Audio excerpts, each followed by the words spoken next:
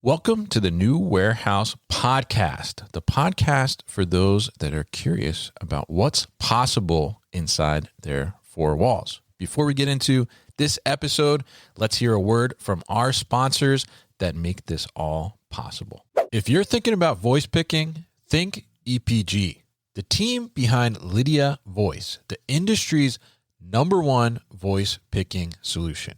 Warehouses rely on diverse teams, but language barriers can slow everything down. Lydia Live Translation empowers warehouse staff to communicate naturally in over 40 languages in real time. No template training, no dialect detection headaches. See Lydia Live Translation in action at Modex this April in booth B11122. That's booth B11122, or visit epg.com to learn more. Are you drowning in pre-sales engineering? Struggling with resource allocation? Losing opportunities because it takes too long to respond? Quoting shouldn't take weeks. Every delay slows momentum and puts revenue at risk. Today's automation buyers expect instant answers, clear options, and numbers they trust. iAutomate helps system integrators and solution providers create a customer-centric digital buying journey and deliver data-driven concepts and budgets, instantly accelerating pipeline velocity, increasing win rates, and turning speed into revenue. That's sales automation. Learn more at iautomate.app. That's iautomate.app. Running a 3PL with LPG or diesel forklifts? Fuel volatility, emissions, noise, and downtime add up fast. Big Joe Forklifts offers a smarter path with lithium-ion trucks featuring integrated batteries and onboard charging. No fuel handling, no tank swaps, fewer interruptions. Their Pulse telematics platform gives leaders real-time diagnostics, energy insights, and downtime prevention. You can see it all at Modex in booth 9313. That's booth 9313. And a special bonus, if you say Kevin Lawton sent me, you'll get an exclusive swag package. Check them out, booth 9313. That's Big Joe Forklifts. There's no guessing when it comes to operations. We need the truth. Surgair provides that truth when it comes to your most critical systems and operations. Trusted to bring the truth with 99.9% data accuracy to some of the world's largest companies like Honda, Toyota, DHL, Whirlpool, Cat, Eli Lilly, and more. When you need truth in your warehouse operations, bring in Surgair. Get the truth at surgair.com. That's SURGERE.com. Is your fulfillment operation ready for the next surge in demand? Don't wait until productivity stalls to think about automation. Get proactive and talk to Ocado Intelligent Automation to find out when to start your automation journey, how smart software orchestration accelerates performance, and how AMRs like Chuck scale across sites and seasons. Learn how flexible deployment, ongoing support, and real scalability help you meet your customer expectations before peak hits.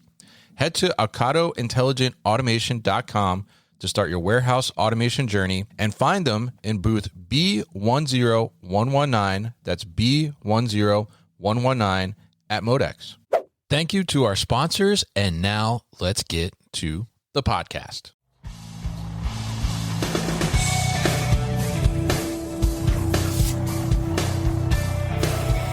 The New Warehouse Podcast, hosted by Kevin Lawton, is your source for insights and ideas from the distribution, transportation, and logistics industry.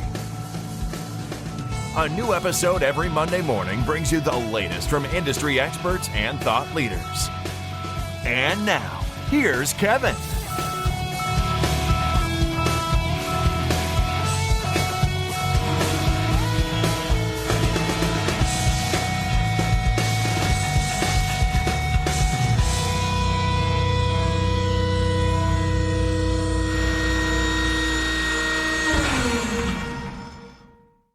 Hey, it's Kevin with the New Warehouse Podcast, bringing you a new episode today.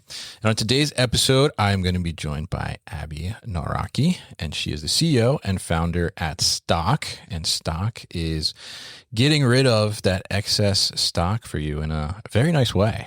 I think they have a great mission and what they're doing and helping people to alleviate the buildup of excess inventory and abandoned inventory as well. So we're going to talk a little bit about that problem and how it led Abby to founding this company. And we're also going to talk about some of the reasons why this happens and also maybe how to prevent it a little bit and how this kind of business is evolving for Abby and how 3PLs and other people are being receptive to it and some of the benefactors of this business too as well. So Abby, welcome to the show. How are you? Good. Thank you for having me. I'm very excited to be here. I love this show. Talk a little bit about operations and logistics in general. Yes, let's do it. Happy to get you on for sure and talk about this. You obviously have a great background in operations and now have started this company. So tell us a little bit about that. Tell us a little bit about what Stock is and also tell us kind of like the founding story. How did you come up with this idea? Yeah, it's funny because usually when I tell the founding story, I always say, oh, it started at Deliver, right? Like when we were selling to Shopify, we had all this excess and I'll get into it. But it really started at Zara. So when I went to college, I studied supply chain operations management, went to work for DHL directly out of college, spent time in automotive and consumer, went over to Radial and was running Zara's US distribution. And Zara had an interesting model where it's like a very interesting model and one that I haven't heard talked about much, but I wonder how relevant it is in the industry nowadays with retailers. But they have all of their inventory as essentially active. And there's nothing in reserve locations that's being replenished to active inventory. Okay. And their retail stores are competing with their online consumers for the same inventory. So if they have 20 retail stores in like the Southern California area, like Century City or Topanga or Fashion Island or whatever, those store managers are ordering from the same inventory that online shoppers are ordering from to be able to fill their stores with the best inventory and have the highest sales. Okay. So when we were running that building, we had all this inventory, and Zara is like best known for their model and their throughput, their inventory turns.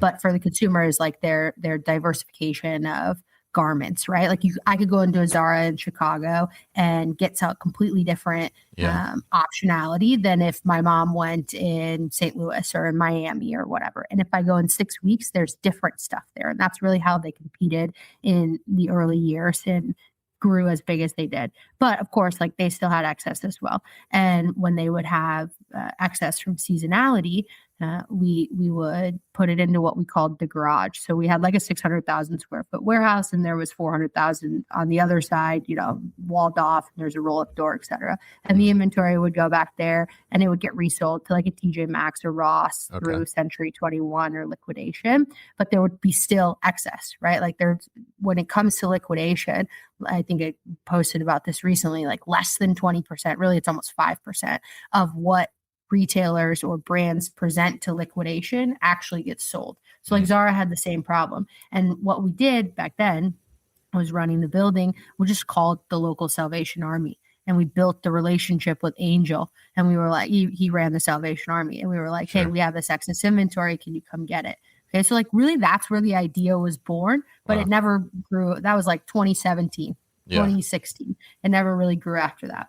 We knew it existed. I felt it. I lived it. Then fast forward to the Deliver days, 2021, we're preparing for the sale to Shopify. And when Harish was building Deliver, like, it was the 4PL model. In the early days, he had 66 warehouse partners. And as we grew the company, is like we have to reduce that down to 30 or less. We had 18,000 square feet here and 50,000 square feet here, 30,000. Like it makes more sense to have, more space and less buildings and more of the hub and spoke model. And so when we were going through the process of consolidation of the actual buildings, it was absolutely insane to me how many of the brands that we were serving had gone out of business. And that's where the shift in mindset really came from, because it was like when we're working at Zara, you have this enterprise brand and they have excess and they have certain optionalities and avenues and channels for that excess. And it's like not this huge hot button issue. Then you get into this 3PL world that's serving the Shopify brands.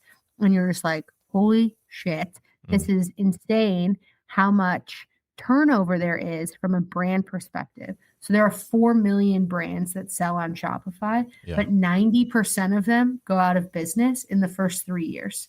Wow. Right. So it's like, that's where the excess was coming from in the VC backed 3PL space, in this middle tier 3PL. And it was just insurmountable. It felt like, right. It was, there was so much of it.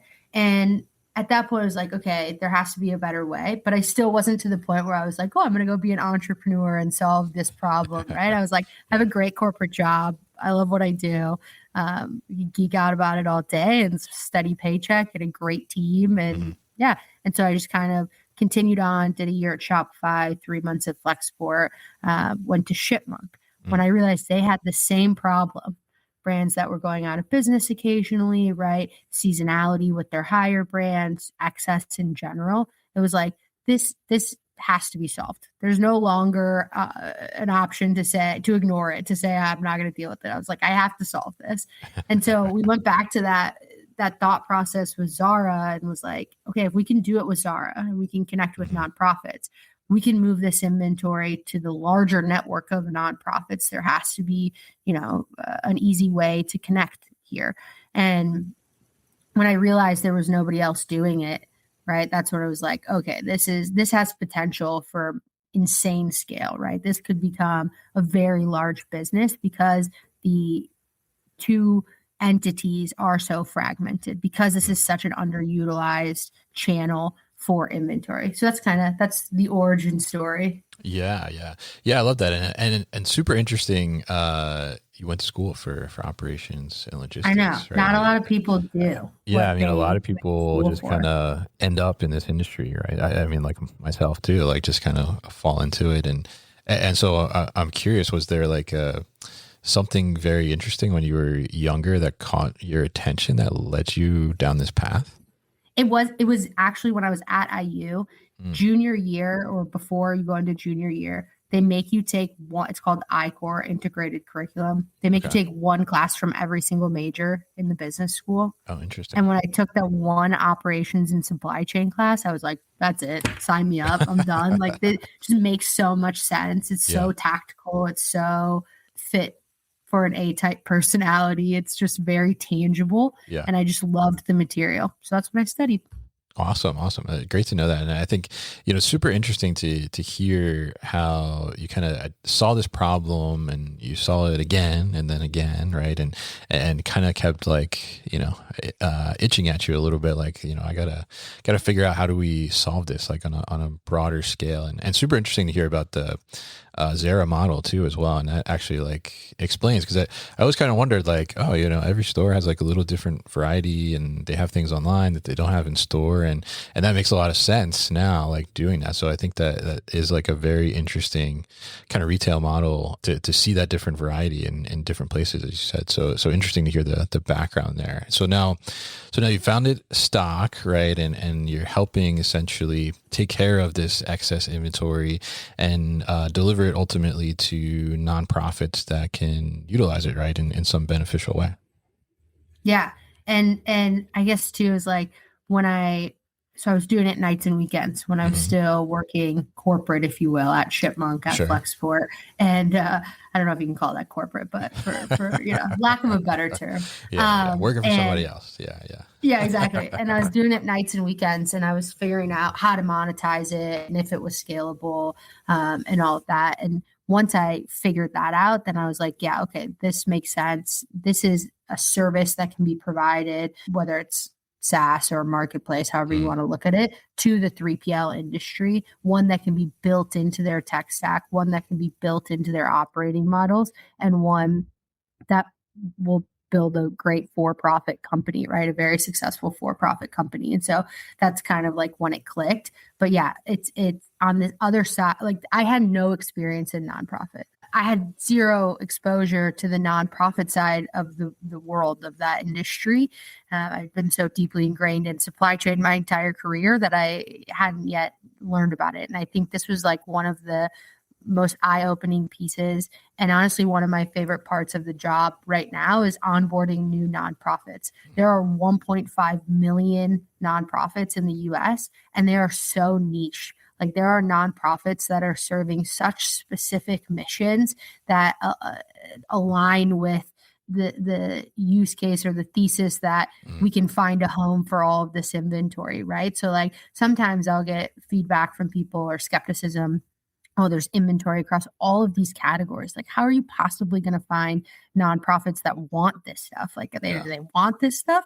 And it's like, there's a nonprofit, it's called Cameras for Girls. And literally all they do is supply a laptop camera, like cases, chargers, screen protectors, etc., to girls in underprivileged communities so they can start a blog or a podcast and they can generate revenue and profit and build income to then get themselves into better situations societally. And so like it's just incredible when you start really digging in how much depth there is in the nonprofit world and how much need there is. Like I said, 1.5 million nonprofits, 80% of them are in need of inventory, and 60% are stating that it's scarce. Like it's hard to find inventory for their specific mission. So yeah, it's incredible. Yeah, absolutely. And I think it's super interesting too, because, you know, if you think about it, like obviously, like you said, like in the beginning, right, there's all this excess inventory, right? I mean, like you gave the example of Zara and their 400,000 square foot garage, right? In a sense, right? With all that stuff built up there. But I think too, like from a nonprofit perspective, right? I mean, not everybody in the nonprofit sector, I'm sure, is like familiar with this problem too, as well, right? So it's like not at all. Yeah. So like they need inventory, but they're not even aware that like, oh, there is this potential thing, right? So you're bringing those kind of two sides together, which I think is great. But I'm curious because I think the first time we spoke about this, and you're saying like, oh, we're bringing excess inventory, giving it to nonprofits. I'm like, oh, stock must be a nonprofit then too, right? But it's for profit, right? So tell us a little bit about like how does that work? Because essentially, whoever has the excess is paying you to take away and give it to nonprofit. Like, how does that work? And you know, what is kind of the I guess justification on like a 3PL side, for example, to like pay to get rid of waste, almost in a sense? Yeah, that's a great question and one that I could spend a lot of time talking about. So Sure. the revenue model is threefold. We have annual contracts with 3PLs where they're paying a software fee, right? Like they're just paying a monthly flat rate to utilize the service. That allows them to donate as much as they want. Where is it beneficial for them? In three places. Okay. The first, and this is not in any priority order, but the first is in the tax incentives. When companies go out of business and they leave their inventory with their 3PL, most often, if the 3PL is smart, they will take a warehouseman's lien on that inventory. Therefore, they own it. Therefore, they can make the decision and recoup the financial benefit of that decision. And so when they donate, they get 1.5 times the cost of the goods or fair market value. Now, I'm not allowed to give any tax advice. I'm not a CPA. Sure. All 3PLs need to consult with their accountants, but it depends on if you're C Corp, LLC, S Corp, all that, how much you've donated, what write-offs you've taken. If you're profitable, you don't get a tax incentive if you're not profitable. So make sure you're a profitable 3PL. Yeah, that's always a good thing. Yeah. Always a good thing. Yeah. Always an important part of this. But yeah, so they get the tax incentive at 75 cents on the dollar, which is incredibly beneficial when you're comparing it to liquidation where they're getting 8 cents on the dollar. It's like 800% higher ROI when you donate than when you sell it. Like, would you want 8 cents in cash or would you want 75 cents deducted from your overall income revenue at the end of the year? Lowers your tax bracket, keeps more cash in your pocket. So that's number one. Number two is how fast we can move the inventory. And so this is like really, really, really the value prop. The sweet spot is in traditional liquidation, it takes 16 weeks on average to go from, hey, I'm calling a liquidator, I want to get this stuff out, to it actually leaving the warehouse physically, right? In donation, we can do that in less than 5 days. It takes literal hours to match the inventory.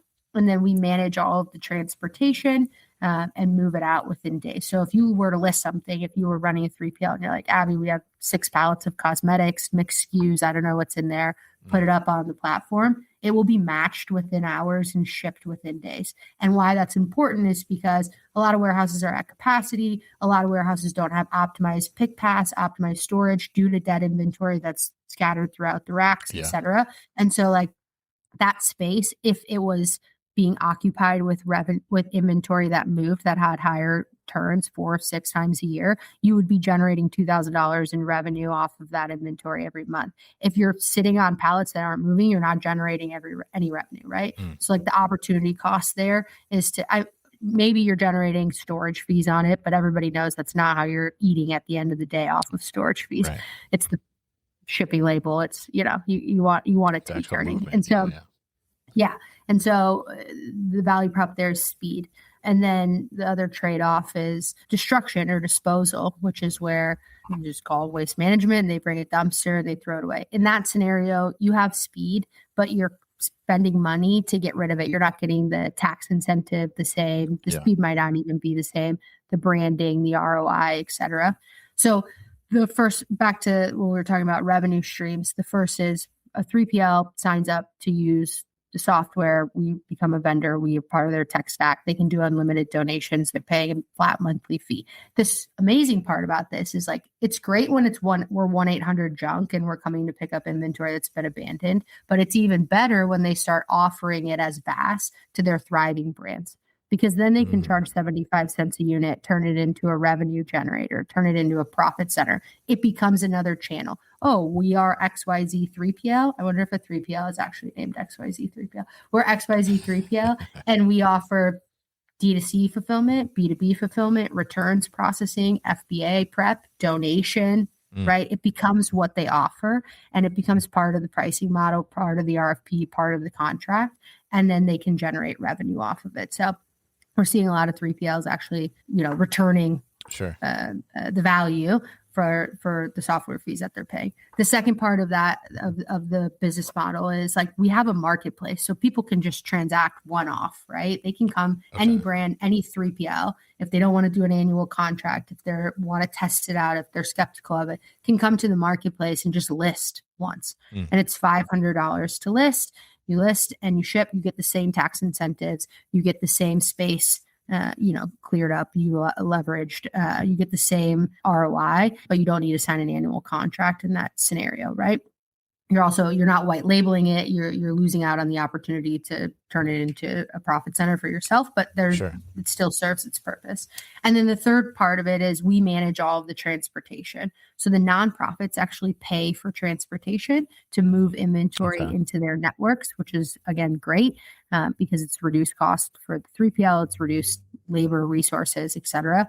We just send them a BOL when it's ready to get picked up. And so that, because we manage it for the nonprofits, it's a revenue stream. It's not a profit center, but it still is, part of the business. And so, yeah, interesting there. And so essentially Stock is like this marketplace, right, that you've created, and you're facilitating kind of the connection through that.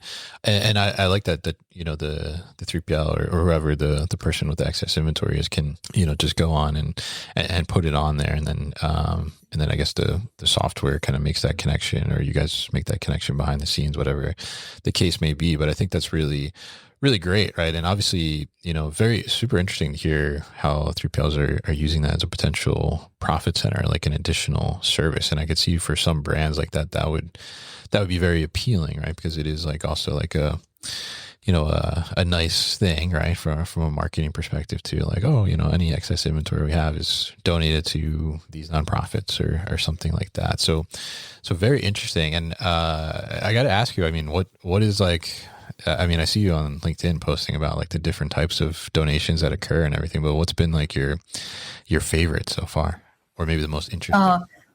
Yeah, there's a lot of very interesting. We did a truckload of like fish tanks, right? And it'll go to schools and it'll get put into elementary schools and middle schools. We did 180 gallons of Dr. Pepper. we like in the bladders that I need to remember go you and told me like about that one. Yeah. fountain drinks.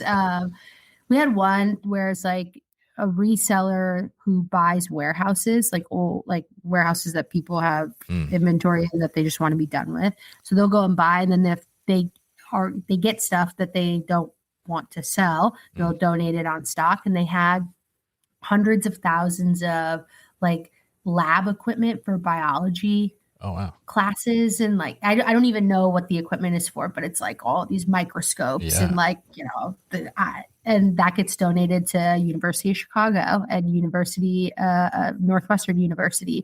It was local, but it's just like somebody listed OEM RV spare parts, like spare RV parts. Yeah. And we see tons and tons of different things. Now, like if you aggregate it, our highest transacting vertical is apparel. 23% of everything that goes through the platform is apparel. Our second highest is food and beverage. Expiration dates, ingredients change, packaging on the artwork changes. So we see a ton in food and beverage. Third highest category is cosmetics. And then the list goes on: home goods, toys, electronics, etc. How about like THC beverages? I had 3 brands who have come to us with Really? THC, and I'm like, what nonprofit is going to take this? Like, I don't know if this is offensive. And so like, I get nervous and I'm like, oh no. And then it's like cancer research, right? Like cancer trials. Yeah. And Burning Man is actually a nonprofit. They're a 501c3. So they could take donations. Yeah. I'm sure they would see that. Yeah. Yeah, exactly. This is like, it's just incredible to see the matches. Yeah, absolutely. And I think it's super interesting to hear that, and that 180 gallons of Dr. Pepper, that's just wild to think about in concept. So, obviously, I mean, you have a great business model, right? And a great thing that you're doing to be able to give this inventory like a better life than maybe it would get otherwise, right? Like you mentioned, like, oh yeah, we could roll up the dumpster and just throw it out, right? But then what happens with that? Like it goes out and then it's got to go into the environment and all these different things. And obviously, I've heard tons of stories about what happens with excess things, especially like textiles, right? They get just burnt in these big pits overseas somewhere or something like that, which is obviously not that great either. So obviously, this kind of highlights the just problem with like excess, right? And excess inventory and things like that. So what do you think and what do you see? I mean, are some of like the main drivers of this, and like how do we try to prevent some of this excess as well? Yeah, it's like I can't bite the hand that feeds me, but Yeah. the main drivers of this are accessibility, like Shopify, right? Like Shopify gave just the average Joe the optionality, the opportunity to build to build a company, to sell. And so what happened, and it's like ChatGPT, right? It's like, I'm a mom in suburban Chicago, and I'm like, this is not a real story, but for the purpose of the use case, and I'm like, oh, my daughter loves these heart pencils, these pink heart pencils. I'm going to ChatGPT and find a manufacturer in Vietnam. Easy as that. I'm going to contact them, fill out their form, and have them manufacture whatever the MOQ is. Let's say it's 100,000 pencils. I'm going to call Flexport, put it on an ocean container, bring it over here. I'm going to call Ship Bob, Ship Dude, Ship Bro, Ship Your Pants, Ship, whoever, put it in their 3PL. And I'm going to have this amazing business. I'm going to be a millionaire. All the moms are going to buy my heart pencils. Then you realize how capital intensive, how time consuming, how difficult it is to start a D2C brand. It is not easy, right? And then you go out of business and you just say, hey, like, I don't want to do this anymore. And then that inventory is left sitting with the 3PL, right? There's so much accessibility to attempt to create a D2C brand. And there's so much marketing and advertisement around how great your life can be if you become a D2C founder. Sure, yeah. And it's incredibly hard to do. And it's okay, like people try, but we just need to make sure that we have all of the links in the supply chain to take care of what happens after you don't succeed, right? Like that's the whole story here. Is it's okay to try to, some will be successful, and everybody should have access, and everybody should try to I would like to eventually attempt to open a Shopify and just see like what the whole process is, right? Like not in the hopes to build $1 billion company, but just logically and logistically and tactically to see what it's like. But yeah, we need to make sure that we have a full end-to-end solution. I sometimes call myself the Grim Reaper of Shopify brands. I'm like, whoever comes after me to pick up all the dead bodies is like, yeah. It's your time. Yes. Yeah. So I think like it's in terms of like reducing it, it's a lot of early in building a company, a brand, a D2C brand or a retail brand, consumer brand is having the knowledge and the awareness of what you're going to manufacture and why. Right. So data and insights into inventory, production, supply, demand, et cetera, versus just like shooting from the hip will reduce. But then also it's just like, we're going to just have to have incredibly robust end of life, right? Like donation is a sister channel to liquidation, destruction, recycle, secondhand selling. It's not the only answer. Like you have to have the suite and you have to understand where ROI is for the inventory that you have specifically. Yeah. And I think that's great points. And that accessibility, I think is such a interesting cause there, because it is like, okay, well, it's super easy to get something spun up. And obviously, like you see, on Instagram or social media or whatever, like, oh, I'm a 7-figure Amazon seller, buy my course, right? Comment course, like underneath, right? And then it's like, oh, wow, this person can do it. And like, they just did it on the side while they're working their regular job at Costco or whatever, and now they're a millionaire. Wow, I could do that too, right? And I think, so much of that gets hyped up, but it is, the reality beyond like the setup and everything, like you said, is like, whoa, all of a sudden, like, not just because I posted my heart pencil, it's gonna like blow up overnight. Like, there's actually like all this stuff that's going on behind the scenes to fuel that. So I would say we need more maybe supply chain education in the high school level, maybe to help with some of 100%. That, right? For the end to end. But very interesting what you've built here. And so obviously, as you said, this has kind of been brewing in your head for many years here, but now is finally like out there and launched into a full business. So, you're just getting started here in the last year, right? As a business. So tell us a little bit about like, what does the future of stock look like? How does this continue to evolve?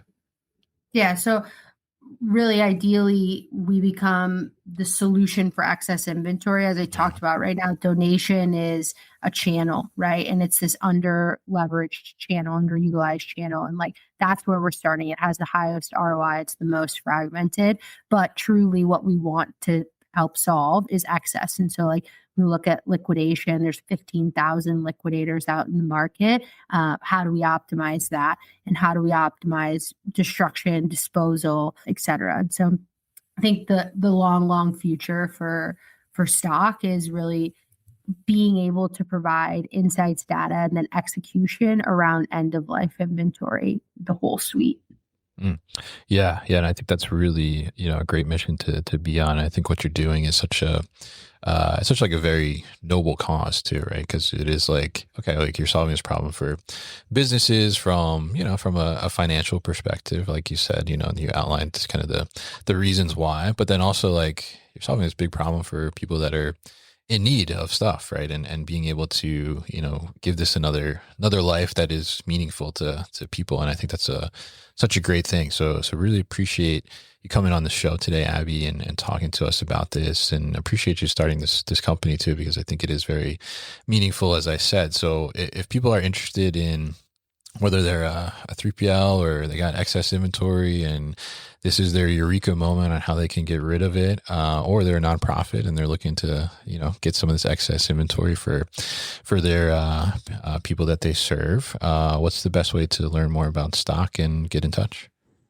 Yeah, we have a Webflow form on the website. They're more than welcome to fill that out, and they'll get more information in a couple hours after submitting. So that's nonprofits or anyone with access, or they can always email me directly, abby@stockitbetter.com.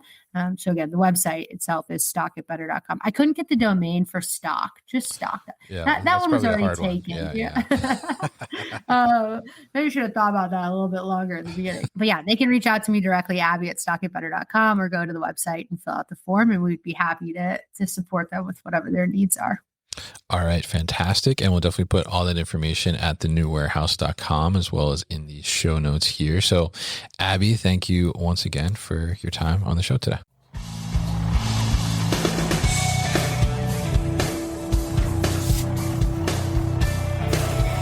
You've been listening to the New Warehouse Podcast with Kevin Lawton. Subscribe and check us out online at thenewwarehouse.com.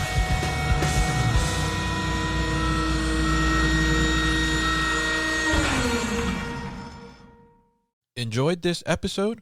Make sure you are subscribed to the podcast, and for more content from the New Warehouse, find us on LinkedIn and YouTube. Links to subscribe can be found in the show notes, and for everything The New Warehouse, head to thenewwarehouse.com.